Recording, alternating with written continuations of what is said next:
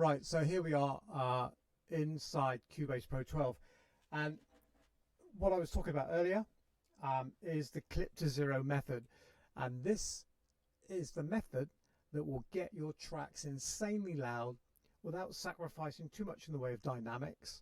That will still give you a track that is breathable, has space in it, and has dynamic range.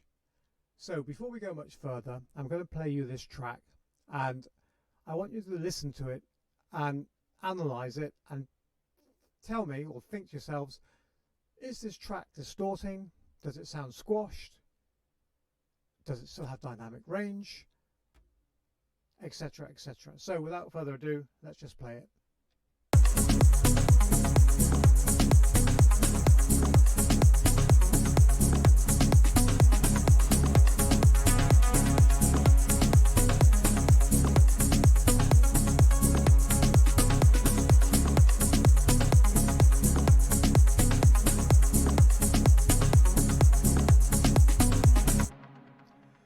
Right, so this is contains simply 4 channels at the moment. We've got a kick, a bass, we've got a drum pattern that's been chopped up, and I've got some hats and a reverbed synth line. Sorry, 5 channels. I'll show you the master output channel and what we've actually got on that. So here on the stereo output channel, we've got DP meter, which is here. That's the first in the signal path. Secondly, we've got K-clip, which is here, and everything on K-clip is just simply set to 0. In, out, and the ceiling is also set to 0. And then directly after the signal has passed through K-clip, we are then going on to Sonable's true level to show us the LUFs, the dynamic range, and what the true peak is. At the moment, I'm not too bothered about the true peak because I'll only worry about that one when the track comes to mastering, and then I'll adjust that. So that is all I've actually got on the master channel. I've got Restream standalone here because obviously I need that to go to record onto OBS. So there's not a limiter, a compressor, an EQ, nothing that this signal path is touching anywhere on the master level to get to these LUFs. So we're going to look at the actual LUFs integrated loudness straight out the box. I'll play it again, I'll reset the meter, and you look at this figure here.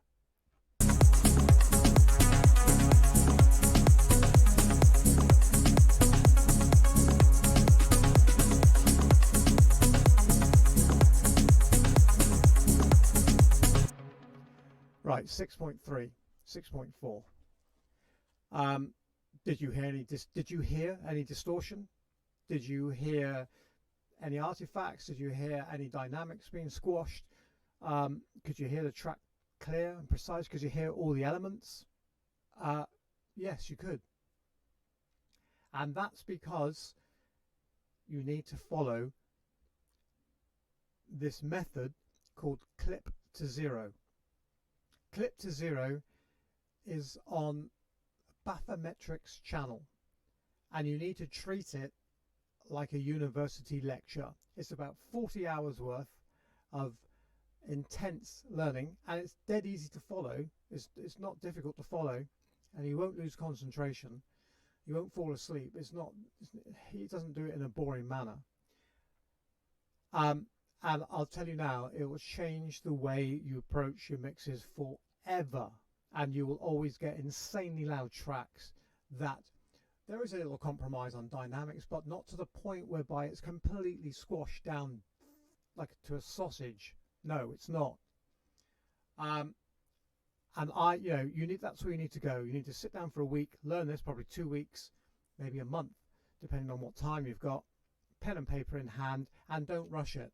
Whatever you do, have patience, do not rush it. So 6.3, 6.4 is what we're hitting straight out of the box, and I'm not even touching a limiter or a compressor. Then it goes in, like I said, it goes into the Kazrock K-Clip 3, which is just sitting there passively, and everything's just set to 0. And then we can see the signal path after that and what true level Sonable is telling us. So let's play that again, and I'll reset everything. Pay particular attention to the dynamic range. I've got this set to electronic dance music, and Sonable True Level is indicating that the dynamic range is up here in this dark green area. So you watch the target area, and down here where my track is, and where if it ends up in where it thinks it should be. So let's play the track.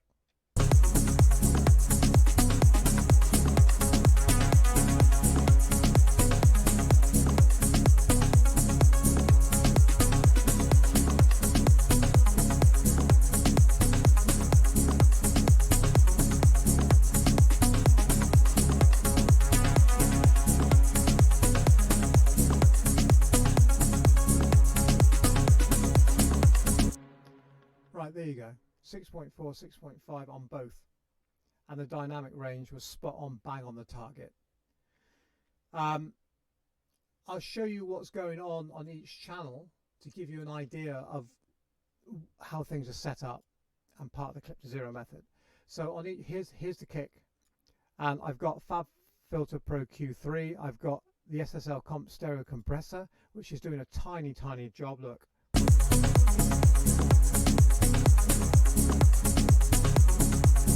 You know, it's hardly moving. It's just there, just to hold it there. You know, just a little bit of control. But where the real magic happens is down here. Now, I've got Waves Studio Rack to house the 3 plugins that make this magic happen. You don't need a Studio Rack. You can just have them separately in your channel strip. But it consists of DP meter, and DP meter is set to 0 dBFS, and it's in RMS mode, and you use this to normalize the audio to 0. You see this? Everything's set to 0, so you do that first. Then next in the chain is Blue Cat's gain plugin. Again, that's just set as 0. It's passively sitting there, and what you'll do is you'll set yourself up a VCR channel with Blue Cat's gain in it, and if they're all in the same group, what you need to do before you go to mastering is you'll turn this down a little bit, down to like, you know, a couple of dB down to give some headroom on the master, and then you send it off for mastering. But other than that, they all sit at 0. They don't do anything until you're ready for that to happen. But the main thing is using K-clip and the clipping method. I'm not going to tell you what to do. You need to go over the bathymetrics and listen how to do that. This is the magic. This is the magic part here. Okay, at the end. And you'll also need to get yourself something called where is it? SiScope Pro. You need this little plug-in here, because this is what you'll need to show you whether your mixes are clear and that things are not clashing with each other. It's a small little plug-in, but it's part of the K-Clip to Zero. I've not included it in this because it's not that important at the moment. So if we look at each channel, I'm doing whatever processing I need to do, and then again it's a Studio Rack with the 3 plugins again, and every single channel in the Clip to Zero method has to have these 3 plugins on it, whether it's in a rack or whether you have them separately individually on your channel strip. DP meter, some sort of gain plugin, and a K-clip. And then that happens throughout every single track you've got, and then happens on every group every group channel and summed channels. And that's it. So this business and this you know, myth that if your tracks are like insanely loud, they're going to have any dynamic range, etc., etc. Well, you know, I just wanted to prove that that's not entirely the case. You know, I'm just an average producer. I'm a DJ, and I know that an awful lot of my favorite artists that I play, you know, a lot of their tracks are like -4, -6, and you know, I produce music to play out in clubs in a live environment. I don't make music to go on streaming platform. I don't mind if they turn it down, because my track is insanely loud. 6.5 is insanely loud, and it'll work really well in a club. It'll work really well in a festival, and it's not, I don't make it to go on Spotify. I don't make it to go on Deezer, YouTube, Apple Music, etc. So therefore, If they want to turn it down and bring it into line with all the other volumes, that's fine. But at least my DJs who are playing my music do not have to turn it up. It's got to match everything else that's in their playlist. So there you go. This is what Clip to Zero method is about. This is what you can achieve if you follow it properly and give it the time that it deserves, and you too will get this. So let's have one more listen to this. Look at the meters, watch them all, and you make your own mind up.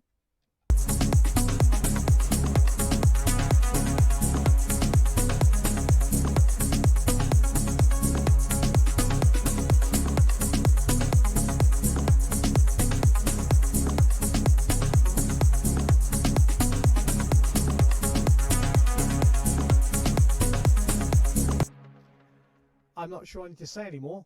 There it is. There's the actual data right there in front of you. There's the sound for your ears and all the information for your eyes. Yeah. Bathymetrics, Clip to Zero method. It will change the way you mix forever. Go watch it, check it out. Okay guys, this is Jay from Sundance Studio, and see you again soon. Thanks for watching, and please, if you enjoyed this, subscribe and give me a thumbs up. Thank you very much. Take it easy. Bye for now.